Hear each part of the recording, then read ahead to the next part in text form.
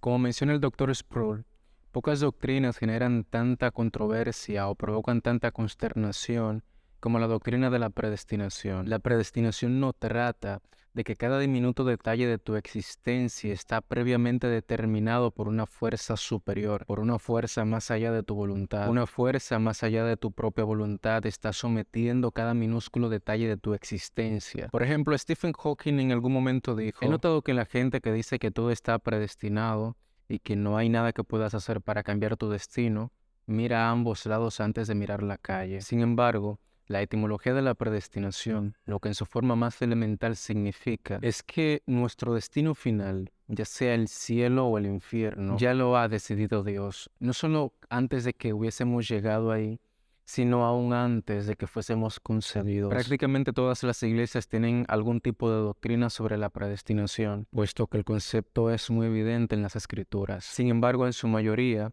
casi todas las iglesias están en desacuerdo con su significado. Es muy difícil para una iglesia aceptar que la salvación en última instancia depende únicamente de Dios y que no hay nada que puedas hacer para ganarla y que una vez salvo no hay nada que puedas hacer para perderla. Y tú dirás: espera, entonces la salvación no se puede perder. Tocaremos ese punto más hacia adelante, pero si bien es cierto, esto es lo que enseña la doctrina de la predestinación, de que nuestro destino final depende y está en las manos de Dios mismo. Otra forma de explicarlo sería que Dios desde la eternidad, antes que existiéramos, decidió salvar a algunos miembros de la raza humana y decidió dejar que el resto de la raza humana perezca. Dios tomó una decisión.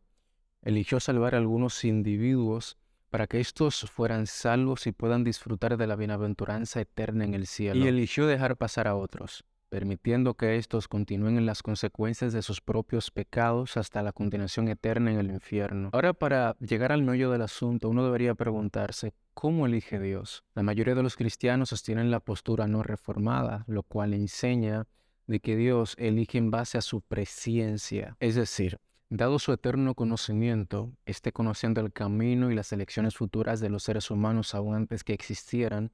Dado este conocimiento, Él elige a quienes Él ya sabe que lo elegirán. Esto se conoce como la postura de la presciencia en base en la predestinación, dado que tiene su fundamento en el previo conocimiento de Dios sobre las futuras decisiones de los seres humanos. Sin embargo, la postura reformada difiere de esta causa, dado que cree que la decisión final depende enteramente de Dios y no de nosotros. En esta postura, la decisión de Dios respecto a la salvación es soberana y no depende de las decisiones o elecciones que nosotros podamos tomar. Cualquier buena voluntad que nosotros tengamos para buscar a Dios es afectada en primera instancia por su gracia soberana. La postura reformada sostiene que de ser por uno mismo, dada nuestra naturaleza caída, nunca elegiríamos a Dios. No me malinterpretes, el hombre caído aún tiene libre albedrío y puede elegir lo que desee.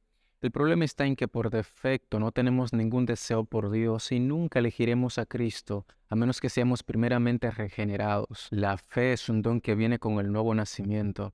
Solo aquellos que son elegidos responden al Evangelio con fe. Los elegidos escogen a Cristo, pero solo porque fueron elegidos primeramente por Dios. Tenemos el caso de Jacob y Esaú. Pablo declara en Romanos 9, 10 al 12 y versículo 16, y no solo esto, sino que también Rebeca, cuando concibió mellizos de uno, nuestro padre Isaac, porque cuando aún los mellizos, cuando no habían nacido y no habían hecho nada, ni bueno ni malo, para que el propósito de Dios conforme a su elección permaneciera, no por las obras, sino por aquel que llama, se le dijo a ella: el mayor servirá al menor. Así que no depende del que quiere o del que corre, sino del que Dios tiene misericordia. De seguro te preguntarás: ¿por qué Dios no elige a todos? Un problema complejo con la predestinación es que Dios no elige salvar a todos. Se reserva el derecho de tener misericordia con quien Él quiera tener misericordia.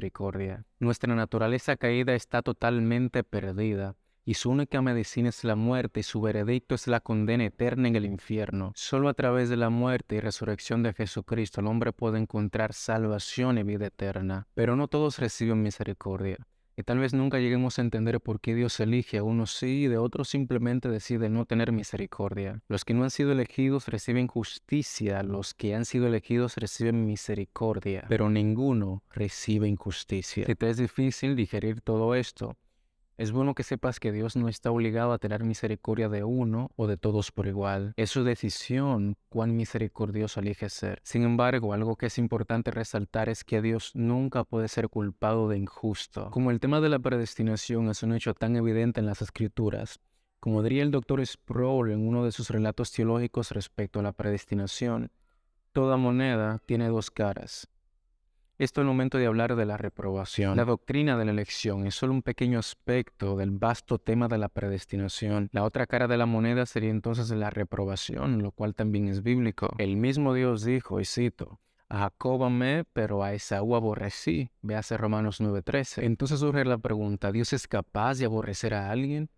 ¿Cuál sería la manera correcta de comprender este aborrecimiento divino? Veamos una cosa, a partir de este momento ya sabemos que la predestinación es doble, elección y reprobación, una sola moneda pero dos distintas caras. No podemos de ninguna manera evitar la doctrina de la doble predestinación, dado que la Biblia enseña claramente la predestinación en cuanto a la elección y niega la salvación universal. Entonces debemos concluir que existe una doble predestinación. Un aspecto equivale a la elección y del otro lado nos tenemos que enfrentar con la reprobación. Esta doctrina es inevitable, por supuesto si se pretende ser honesto con las Escrituras, pero lo verdaderamente importante es cómo entendemos la doble predestinación. Algunos han entendido que existe algún tipo de simbiosis entre ambas caras de la moneda, donde Dios es causante que el reprobado no crea, así como es también responsable de que el elegido crea. Esta postura respecto a la predestinación se conoce como positiva-positiva, lo cual nos enseña que Dios opera activa y diligentemente en la vida de aquellos que Él ha elegido y los conduce a la fe, mientras que por el contrario, Él mismo se encarga de obrar el mal en sus corazones, de modo que Él mismo es responsable de que estos no lleguen a la fe, entorpeciendo sus sentidos de manera que estos no lleguen al Evangelio. Algunos han categorizado esta postura como hipercalvinismo, dado que va más allá de la posición de Calvino y otros reformadores como Lutero y demás. Sin embargo, cabe mencionar que la postura reformada no está en este tipo de extremos. Su postura respecto a la predestinación sigue otro esquema distinto. Su esquema está basado en la postura positivo-negativo respecto a la predestinación. La postura positivo-negativo enseña que Dios, en el caso de los elegidos, Dios se encarga de obrar gracia en sus almas, de modo que estos lleguen al camino de la fe en Jesucristo. En este caso, Dios interviene diligentemente a favor de aquellos que Él mismo ha elegido, para que estos, mediante la gracia y el favor que han recibido, accedan positiva y activamente a la fe salvadora mediante Jesucristo. De esta manera podríamos decir que Dios asegura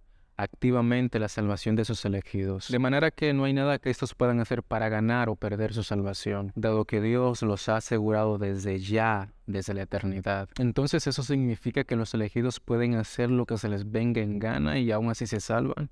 Definitivamente no. Esto no funciona de esa manera. Aquellos que son elegidos responderán al Evangelio con fe y la fe los lleva a obedecer. Aunque es importante saber que ninguna obediencia completa o ningún esfuerzo desmedido podrá ser capaz de llegar a alcanzar la salvación. La salvación no viene por la obediencia, porque la obediencia es el resultado de la salvación. No somos salvos por la obediencia. Somos salvos por la fe, porque la fe nos lleva a obedecer. Pero dice que el que persevera hasta el fin, ese será salvo. Y se dice que el que persevera significa que hay un esfuerzo previo que nos conducirá a la salvación. Se puede interpretar así, ¿no? Sin embargo, aquí hay un error fundamentalmente teológico. La perseverancia no es un requisito para la salvación. La perseverancia es un fruto de la salvación. Yo no persevero para ser salvo, yo persevero porque ya soy salvo. Ok, pero la Biblia dice que hay que cuidar u ocupar la salvación con temor y temblor.